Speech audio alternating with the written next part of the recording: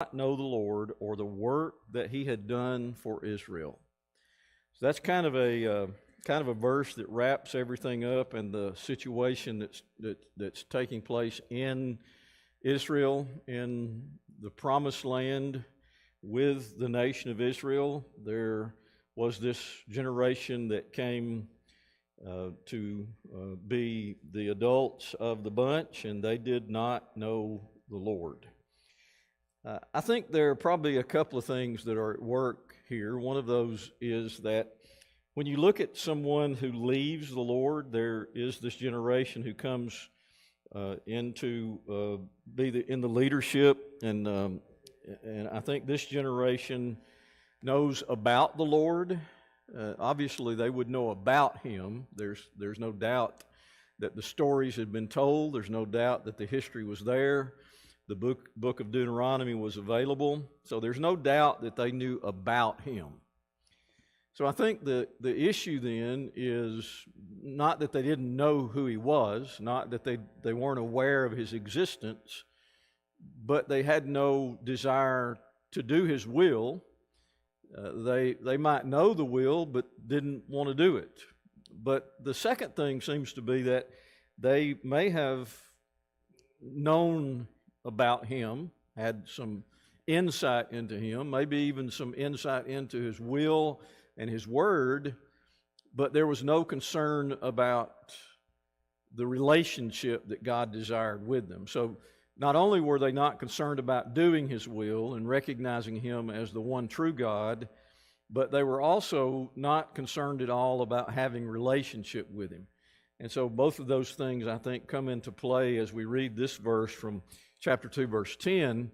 It states, they knew not the Lord. I don't think it means in any way that they weren't aware of who He was. Now notice what follows that in verse 11 beginning, because what happens here now is a detailed view of what happens when we do not know the Lord. A detailed view of how it played out in the nation of Israel when this generation came to be who did not know the Lord. Verse 11, and the people of Israel did what was evil in the sight of the Lord and served the Baals, and they abandoned the Lord, the God of their fathers, who had brought them out of the land of Egypt. They also went after other gods from among the gods of the peoples who were around them, and bowed down to them, and they provoked the Lord to anger. They abandoned the Lord and served the Baals and the Ashtaroth. So the first thing we see in verse 11 is the people of Israel did what was evil in the sight of the Lord. That's a pretty simple idea, pretty straightforward. There was no concern about doing right, no concern about following the will of God, as we've already kind of noticed there from chapter 2, verse 10. Later on, one of the things you find is that not only did they do what was evil, but specifically it is mentioned that they turned to idolatry. That is contained there in verses 11 through 13 that I read there. They turned to idolatry. Humans are going to worship something. I think what we deal with in our country in our modern day is we kind of worship us. I think it's humanistic to the core. It is materialistic to the core. We worship ourselves. We worship stuff. All of those things, I think, come into play. But humans are going to put something as the center of their world. And if they're not worshiping God, if they're not worshiping God Almighty, then they're going to replace that with something else. And here we find that the Israelites went after other gods. Notice verse 17, chapter 2, verse 17. Quite a statement. I want to read 16 and 17. Then the Lord raised up judges who saved them out of the hand of those who plundered them, yet they did not listen to their judges, for they whored after other gods and bowed down to them. They soon turned aside from the way in which their fathers had walked, who had obeyed the commandment of the Lord, and they did not do so. So verse 17 is a statement about how their idolatry, obviously there was a lot more to it than just following a god. You had to do what that god said, and that god would have them doing all kinds of unholy and ungodly things, and yet it says in chapter 2 verse 17, they turned aside from God and they bowed themselves down to these false gods. And the statement is quite clear: they did not listen to their judges, for they whored after other gods. They were unfaithful to the true God. They left their relationship with the God of all gods, the true God, the living God, and they replaced that true God with false gods, with idolatry. And that's where the statement is very clear there in chapter 2, verse 17. So they're offering sacrifices to these false gods. They're worshiping them. They're offering to them rather than doing it to the God Almighty that has been there for them and has been a part of their settlement of the land. He's been with them through it all, and now they're worshiping stone and wood and whatever else there might be. And as I said today, we don't worship stone and wood necessarily, but we have replaced God with so many other things in our hearts, in our society. So the people abandon the Lord. Their heart has been dedicated and been given to false gods. Thus, chapter 2, verse 17, the statement, they've gone whoring. But now they have great zeal for these gods, when once they had great zeal for the God of heaven, and they don't have that kind of zeal for the God of heaven any longer.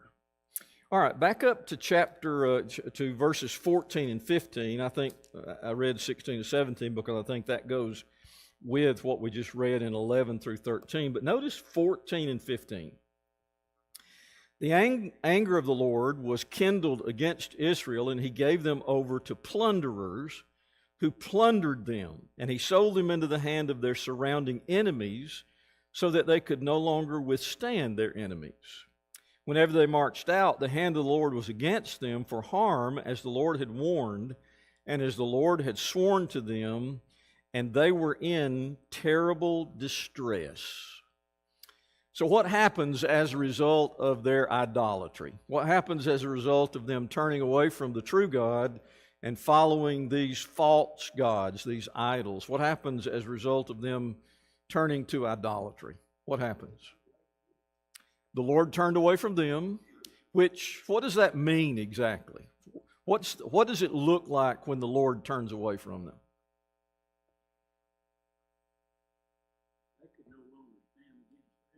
Yeah.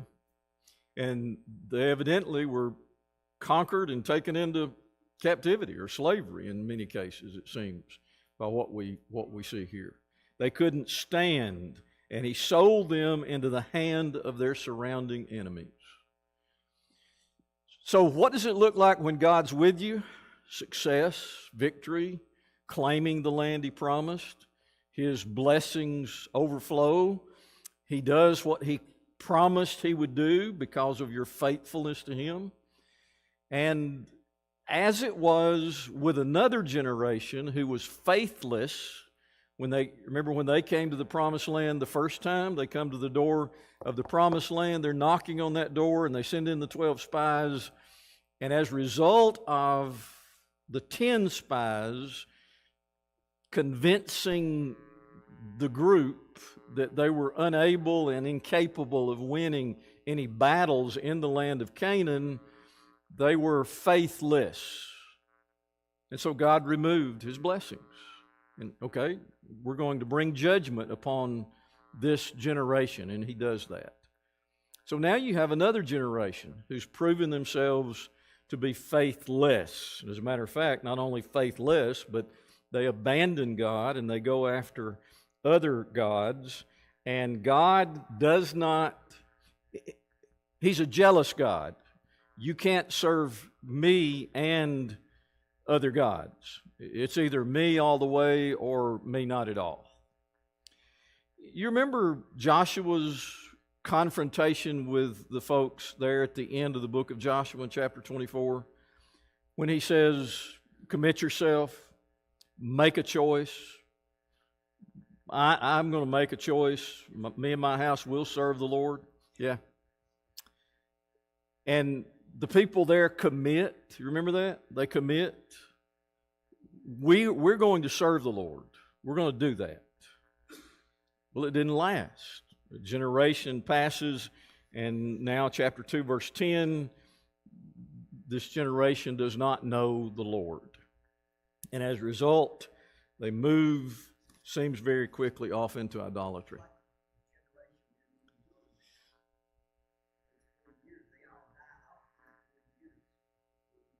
Right.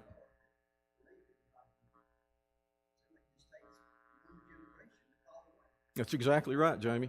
It seems like that, of course, the statement was made in our lesson last week about the fact that as long as the elders that served with Joshua and Joshua were alive, they were faithful.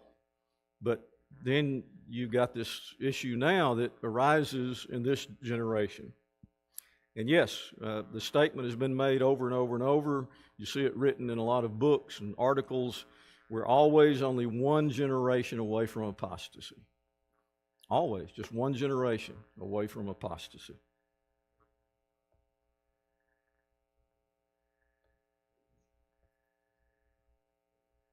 What did Jesus say to the Pharisees in John 8? Supposedly the most religious people around. Mm-hmm. You do not know me or my Father. Right. Yeah, and he's not saying you don't know who we are. You don't know God. You don't know who I am. In Jesus' case, maybe they didn't, or maybe they did. But the bottom line, I think, is the same here, and that is he's saying you can be aware of who I am. You can know who I am and know what I've done. But when you leave me and you forsake me and do not follow my will, then that statement is true. You do not know. You do not know me. No relationship in that manner.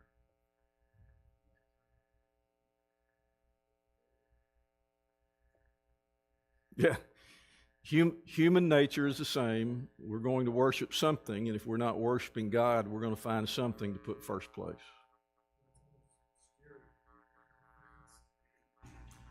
The culture can move away with just one generation. In the span of time over 7, 10, 12,000 years, not long for that change to take place. Exactly. Yeah, it is, isn't it, Mike? It is quite shocking how quickly a whole nation can turn.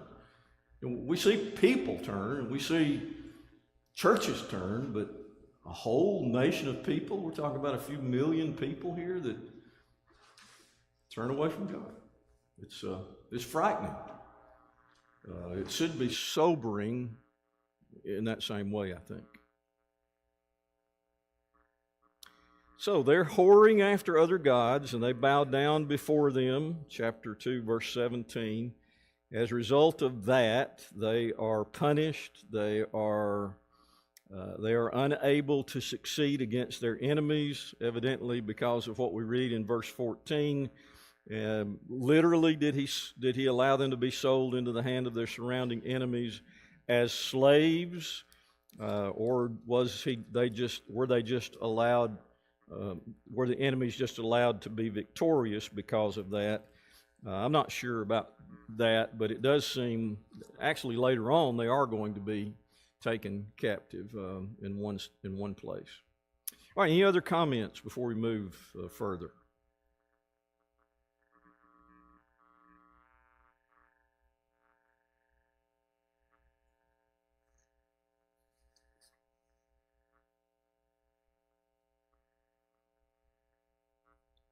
All right, look at, we read through 17. Let's look at 18 and 19 here in chapter 2.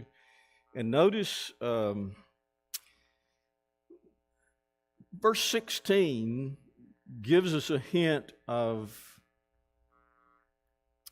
of God's efforts toward the people. Notice that. Then the Lord raised up judges.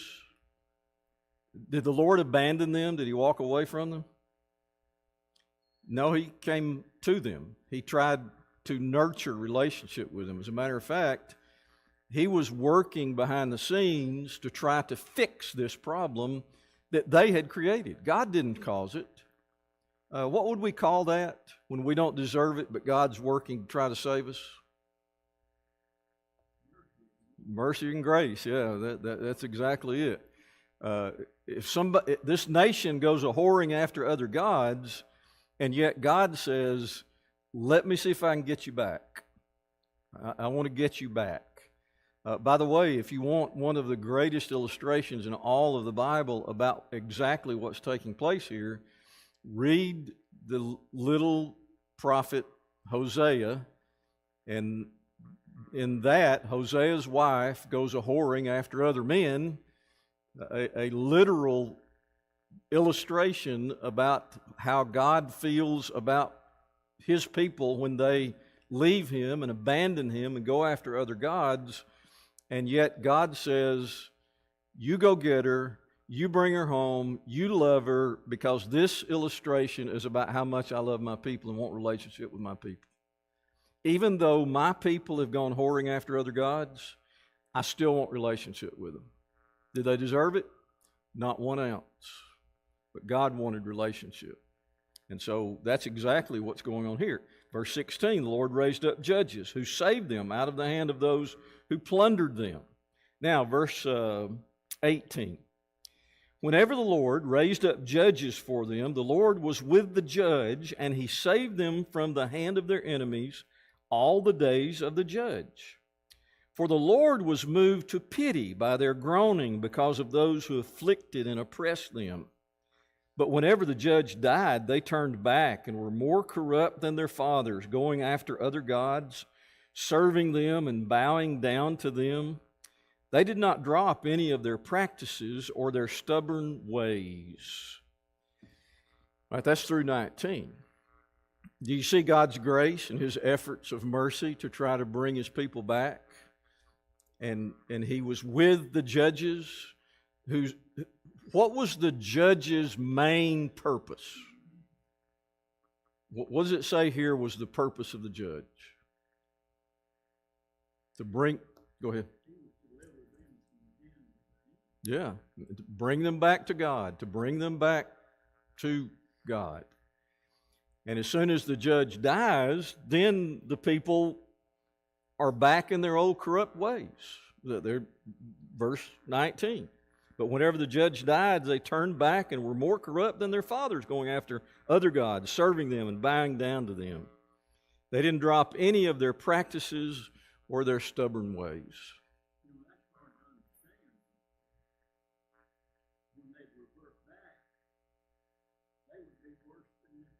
Mm-hmm. Yeah, it's this downward spiral into evil, it seems. And I'll just point out here, a part of the root of all of this problem is because they left the evil people there. They were still trying to live with the ites, the Canaanites and the Hittites and all those ites. They were trying to live with them there. And that wasn't ever the plan.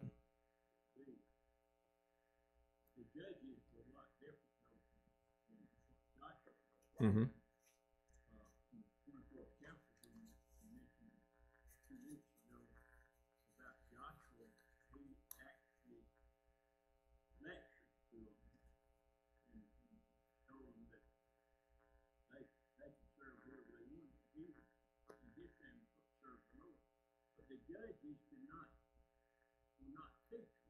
Right. Yeah, they were more, we say, military leaders, more like a general than from that perspective, maybe.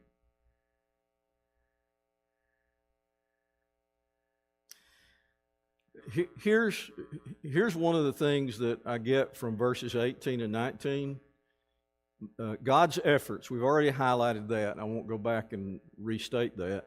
But God was making these efforts of grace, being merciful toward the Israelites, His people, the ones He loved, who had gone off into idolatry, and He wanted relationship with them. So He made moves in order to bring these judges into the history, into the life of the Israelite nation. And still, God's grace was not recognized, and His efforts were mostly ignored, and finally resulted in them being even more evil than before, as Maury pointed out there. Isn't it amazing that God continues to work to try to save His people, even when they do that, even when they spiral into such depravity that we find there? Continue reading verse 20, chapter 2, verse 20. So the anger of the Lord was kindled against Israel, and He said, because this people have transgressed my covenant that I commanded their fathers and have not obeyed my voice, I will no longer drive out before them any of the nations that Joshua left when he died, in order to test Israel by them, whether they will take care to walk in the way of the Lord as their fathers did or not. So the Lord left those nations, not driving them out quickly, and He did not give them into the hand of Joshua. Again, we're going back and forth a little bit. He's referring to Joshua. Joshua didn't carry out that command, and now he says, I'm not going to do that. I'm going to leave them here. You are so hard-hearted. You want it this way, and my efforts to demonstrate how much I want relationship with you are going ignored. You're faithful for a little while, and then you spiral even further downward. So as God continues to work in an effort to bring about the redemption of His people, actually that goes on through chapter 3, about verse 6, this whole section. So if you keep reading into chapter 3, you'll find out even more information as God leaves them there to test them. Notice chapter 3, verse 1. Now these are the nations that the Lord left to test Israel by them, that is, all in Israel who had not experienced all the wars in Canaan. It was only in order that the generations of the people of Israel might know war, to teach war to those who had not known it before. These are the nations, the 5 lords of the Philistines, and all the Canaanites, and the Sidonians, and the Hivites, who lived on Mount Lebanon, from Mount Baal Hermon as far as Lebo-Hamath. They were for the testing of Israel, to know whether Israel would obey the commandments of the Lord, which He commanded their fathers by the hand of Moses. So the people of Israel lived among all of these nations, all of these foreign nations. And notice verse 6. There weren't foreign nations, they were at home. But He left these evil nations. Notice verse 6. And their daughters they took to themselves for wives, and their own daughters they gave to their sons, and they served their gods. Period. You need any more information? It's completely ignoring God's will, God's commands, what God's commands were. I think the final step there, chapter 3, verse 6, is they had become just like the world around them. That should be a warning, shouldn't it? They had become just like the world around them. Part of the reason that they were in idolatry, part of the reason they were in the shape that they were in, and that God had removed His blessing from them. And when you read from chapter 2, verse 10, and you read all the way through chapter 3, verse 6, you get this really good handle on how the people were living among all of these peoples that were not supposed to be there. All of these nations that were left, and these people these Gentiles, these evil nations, they were all there. And God had specifically condemned them told them not to serve the gods of this world, and had told them not to marry any of those foreign people, the people that were not of the Israelite nation, and they did it. So they became just like the world around them. Chapter 2, 10 through chapter 3, verse 6. That time Moses died, God met with Moses and Joshua. And there he predicted this right He did, yes. Great point. God knows what's going to happen, and not necessarily that he doesn't necessarily approve, but he foretold it in his last declaration to Moses and his declaration to Joshua.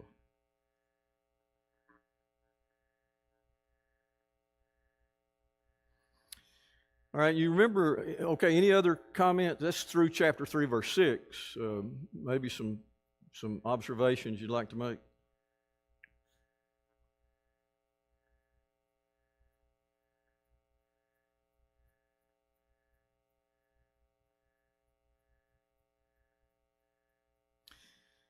Okay, chapter 3, verse 7 is going to begin some specifics about these judges.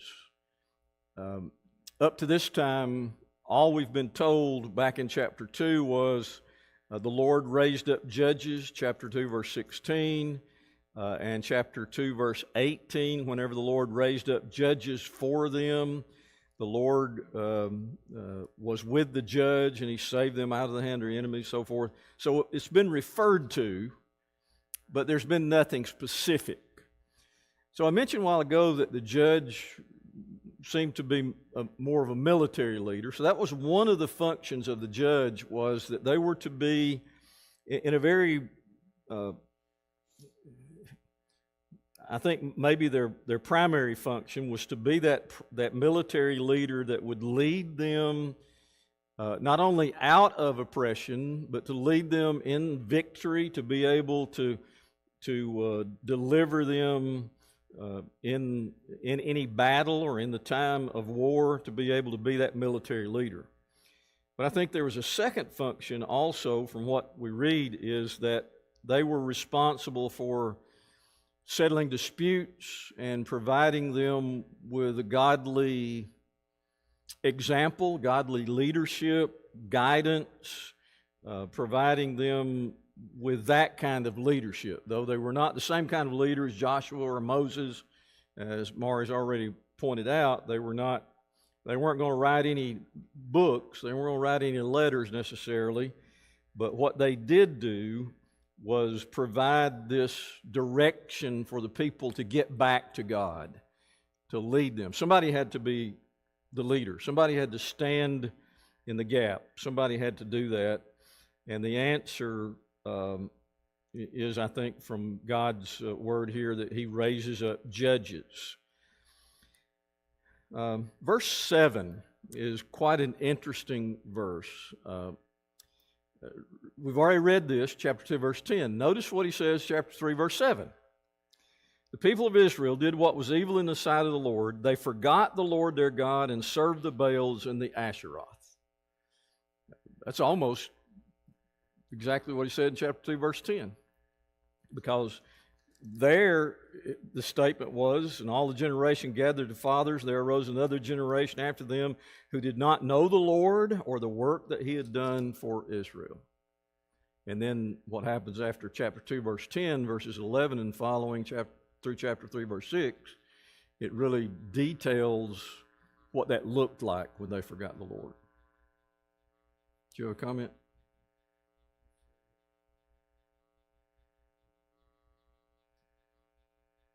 Three 7. I read 3:7 and 2:10.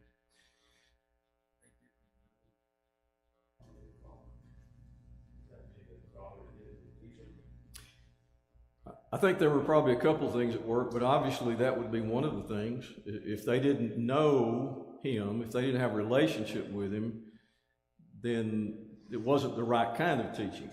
I believe that they knew about him. I believe that there was no way that they got to this point that they didn't know about him, but they weren't willing to do what he said, or to follow him, or to commit to him, or give up their sinful ways. They wanted to be like their neighbors more than to be God's people.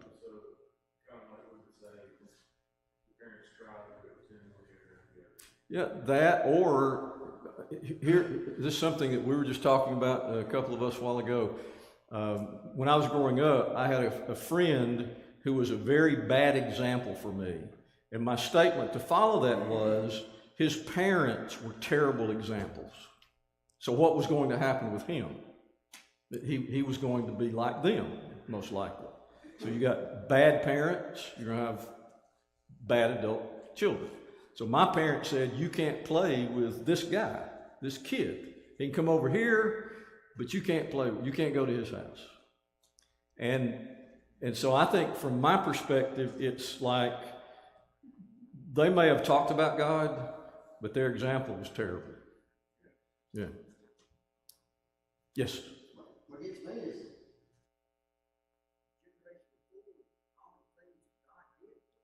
Exactly. Yeah.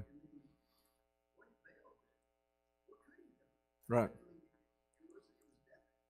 but they still would rather serve that than God, and knowing what God did. Like I can remember their parents at least told them, we walked across the Dead Sea. Mm-hmm. Right. Yeah.